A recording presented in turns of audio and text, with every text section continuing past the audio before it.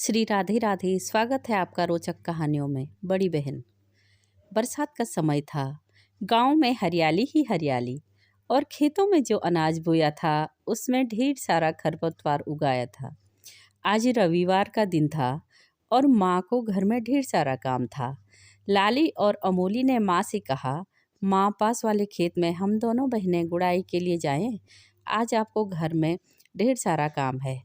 पहले तो माँ ने मना किया, फिर लाली ने जिद की तो माँ ने दोनों को भेज दिया। अमोली और लाली धान की गुड़ाई के लिए खेत में चली गई। थोड़ी देर गुड़ाई करने के बाद अमोली ने दीदी से कहा, दीदी मैं खेत के छोर पर जो बड़ा पत्थर है उसमें बैठ जाऊं?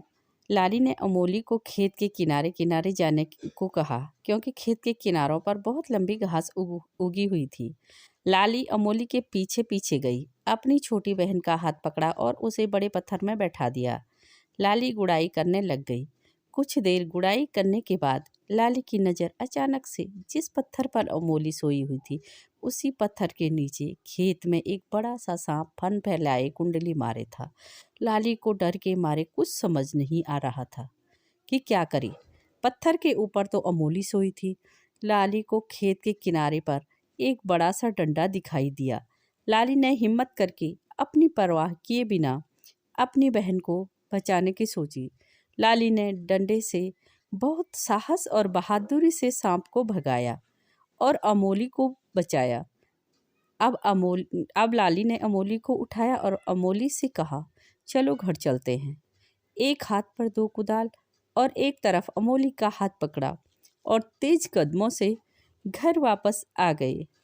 लाली ने घर आकर सारी बात अमोली को बताई।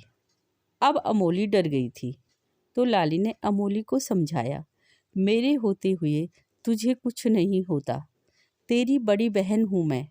अमोली कहते हुए लाली के गले से लिपट गई। कहानी अच्छी लगे तो लाइक और सब्सक्राइब करें।